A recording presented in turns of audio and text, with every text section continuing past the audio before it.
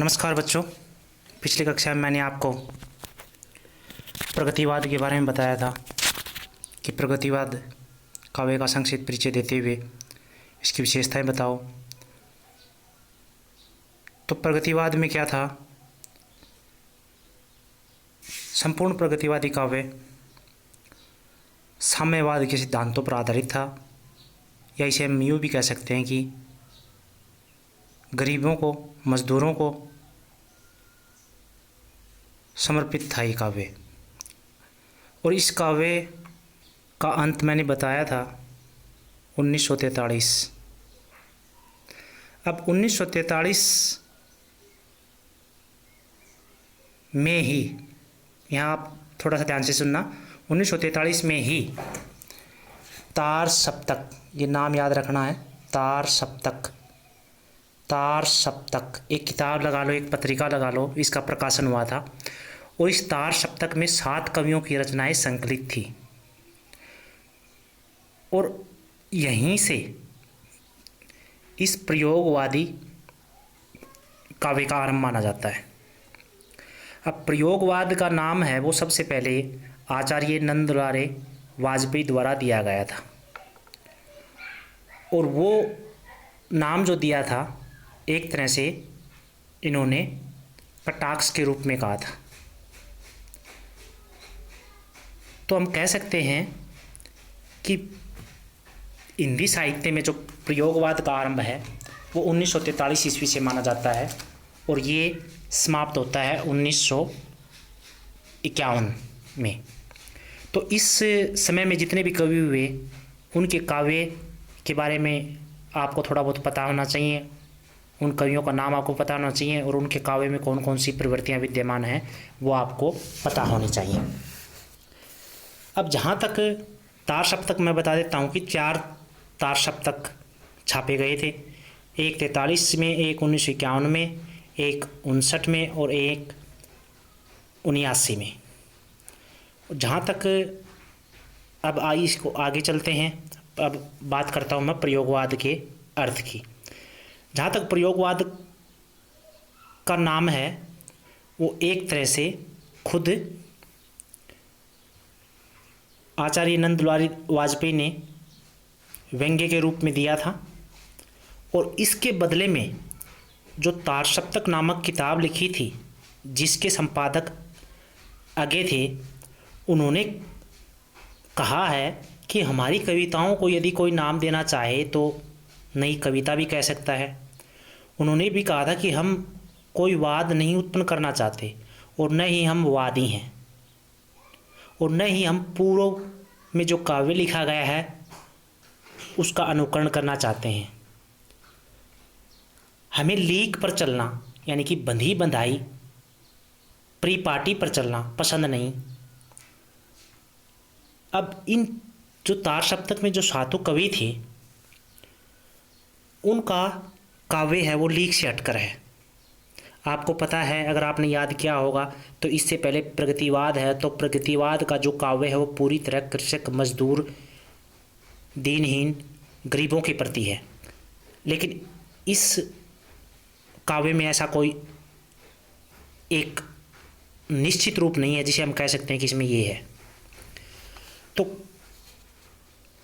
अगर प्रयोगवाद का कहें कि प्रयोगवाद किसे कहते हैं, तो हम कह सकते हैं कि प्रयोगवाद के केंद्र में एक तरह से लघु मानव है, यानी कि छोटा आदमी है, जिसे हम मध्यम वर्गीय व्यक्ति भी कह सकते हैं। और इस कविता में, समय मैंने बता दिया, इस कविता में उसी की इच्छाओं को, उसी की आकांक्षाओं को व्यक्त किया गया है, उभारा गया है, उसके सपनों को उभारा गया है। तो प्रश्न यह उठाया गया कि क्यों न हम उसी यथार्थ को अभिव्यक्त दें या प्रेषित करें आमजन में, जिस यथार्थ को लघु मानव यानी कि छोटा आदमी या मध्यम वर्ग भोगता है, अनुभव करता है। इन्होंने बड़े बड़े सिद्धांतों की बातें नहीं की, नैतिकता की बातें नहीं की। इन्होंने बातें किससे की हैं? आम आदमी से। आम आदमी की सच्चाई से, आम आदमी की ईमानदारी से। प्रयोगवादी कवि इसलिए व्यापक जनजीवन के अंकन के व्यापक जनजीवन के चित्रण के फेर में नहीं पड़े या न पढ़ करके उन्होंने अपने जीवे जीवन के विभिन्न दर्दों को, पीड़ाओं को, आकांक्षाओं को, संवेदनाओं को व्यक्त किया है। एक तरह से हम कह सकते हैं कि ऐसी कविता जिसमें आम आदमी या मध्यम वर्गीय आदमी या लघु मानव की आकांक्षाएं विराट हैं, उसके सपने रंगीन हैं, उसकी संवेदनाएं कोमल हैं, इन सब चीज़ों को इन कवियों ने व्यक्त किया है प्रयोगवाद में। और साथ साथ जब इस आम आदमी की आकांक्षाएं हैं, जो सपने हैं, जो संवेदनाएं हैं, और वो टूटती हैं, तो फिर उस आम आदमी पर क्या प्रभाव पड़ता है?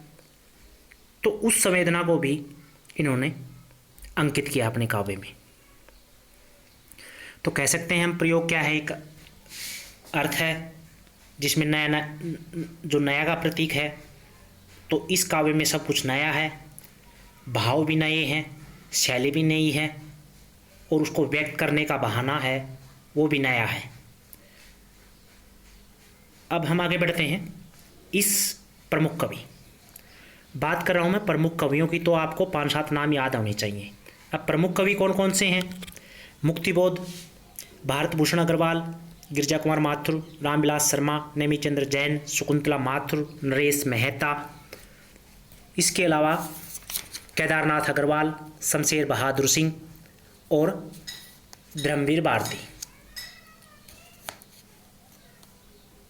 अब हम बात करेंगे इन्होंने जो काव्य रचा उसमें कौन कौन सी विशेषताएं हैं।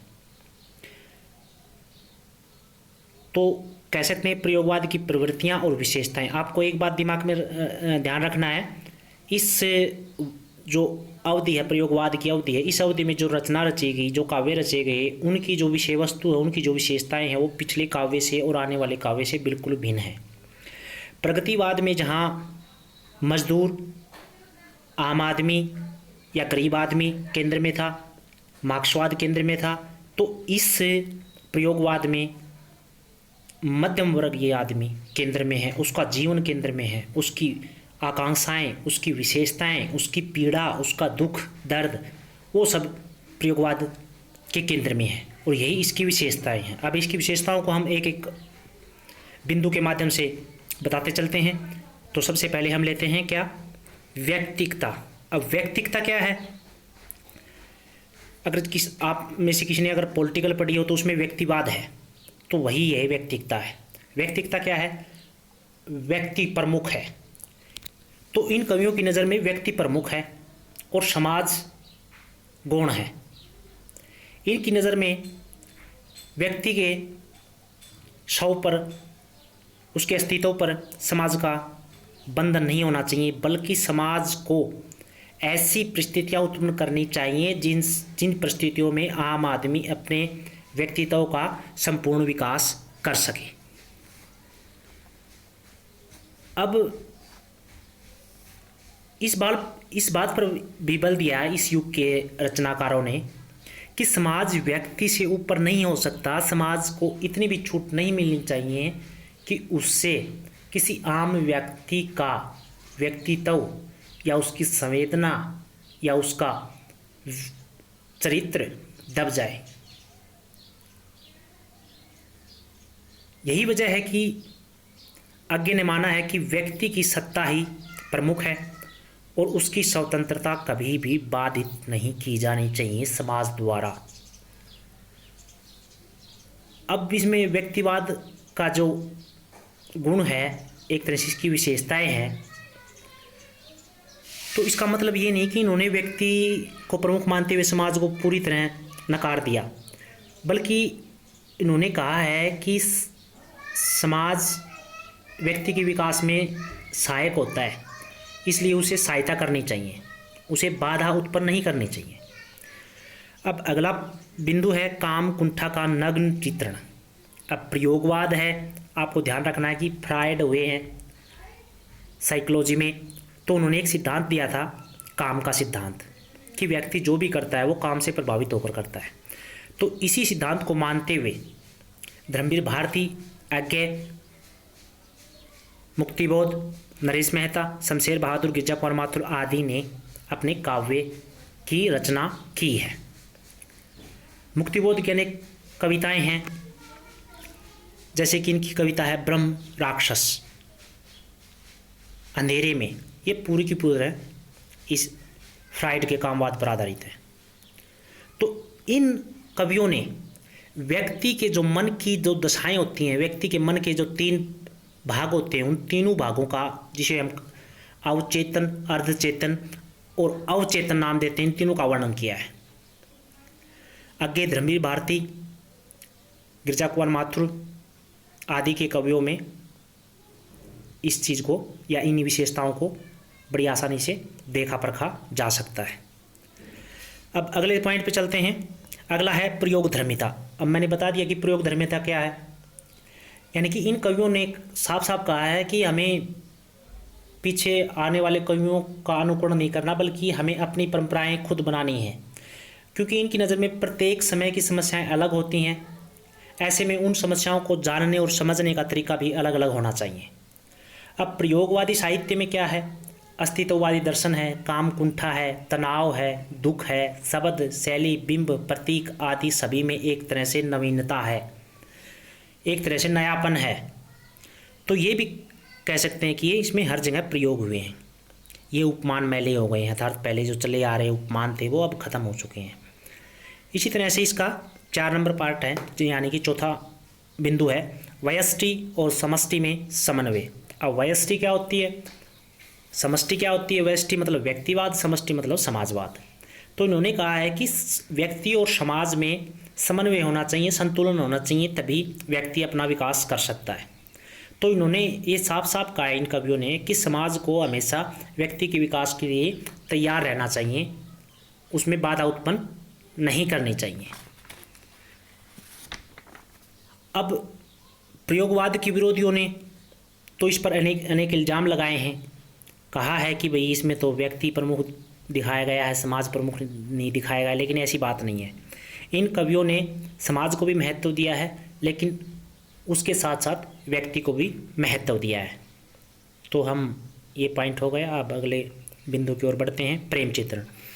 जहाँ तक प्रेम की बात है तो सभी ने प्रेम चित्रण किया। सभी का मतलब भारतीय युग में भी, द्विवेदी में भी, छायावाद युग में भी, प्रगतिवाद युग में भी, और अब हम कर रहे हैं प्रयोगवादी युग में भी सभी ने प्रेम का चित्रण किया है। लेकिन प्रगतिवाद का प्रेम चित्रण अलग था, द्विवेदी युग का प्रेम चित्रण अलग था।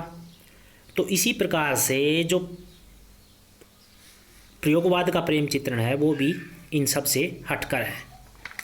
यद्यपि कई आलोचकों ने प्रयोगवाद के प्रेम चित्रण पर अनेक आक्षेप लगाए हैं। आक्षेप कौन से? भाई इसमें अश्लीलता है, ये पढ़ने लायक नहीं है, ये जीवन की अनुभूतियों से जुड़ा हुआ नहीं है, ये सिर्फ काम कुंठा और शारीरिक प्रेम का पर्याय बनकर रह गया है। लेकिन ऐसा नहीं है। इन कवियों ने भी अपनी कविता में प्रेम के गीत गाए हैं। धर्मवीर भारती, आगे गिरजा कुंवर माथुर, नरेश मेहता आदि कवियों को उदाहरण के रूप में प्रस्तुत किया जा सकता है। अब अगला बिंदु है प्रकृति। प्रकृति हमेशा ही कवियों की पसंद रही है, तो इन कवियों ने भी प्रकृति का चित्रण अपने काव्य में किया है। लेकिन इनके काव्य में प्रकृति कहीं पर कुंठा के रूप में व्यक्त हुई है, कहीं उनकी पीड़ा के रूप में व्यक्त हुई है, तो कहीं उनके उद्दीपन के रूप में व्यक्त हुई है। तो इस प्रकार से इन कवियों ने भी प्रकृति का चित्रण अपने काव्य में यथास्थान किया है। अब अगला पॉइंट क्या है? व्यंग्य की प्रधानता। ये बड़ा महत्वपूर्ण विषय, मतलब इसकी विशेषता ये है, हर काल में व्यंग्य होते हैं। तो इन कवियों ने क्या किया, समाज में जो जहाँ कहीं भी कमी दिखी, उस कमी को दूर करने के लिए उन्होंने व्यंग्य का सहारा लिया। इन्होंने साफ साफ लिखा है कि सांप तुम सभ्य तो हुए नहीं। सांप का मतलब शहरों में बसने वाले लोग, उसको इन्होंने सांप बोला है, व्यंग्य किया है। तुम्हें यहाँ पर बसना भी नहीं आया। और फिर पूछते व्यंग्य में, एक बात बताओ कि तुम्हें विष कहाँ से पाए, यानी कि तुम में जो खामियाँ हैं, तुम में जो कुरीतियाँ हैं, तुम में जो बुराइयाँ हैं, वो चीज़ें आपने कहाँ से ढूंढ निकाली हैं। तो आगे की ये पंक्तियाँ हैं। तो इसी प्रकार से इन कवियों ने अपनी अनुभूति की सच्चाई को, यानी कि आम आदमी की सच्चाई को, उसकी पीड़ा को और समाज की विसंगतियों को, समाज की व्याधियों को, समाज की कमियों को व्यंग्य के माध्यम से प्रस्तुत करने में अपार सफलता पाई है।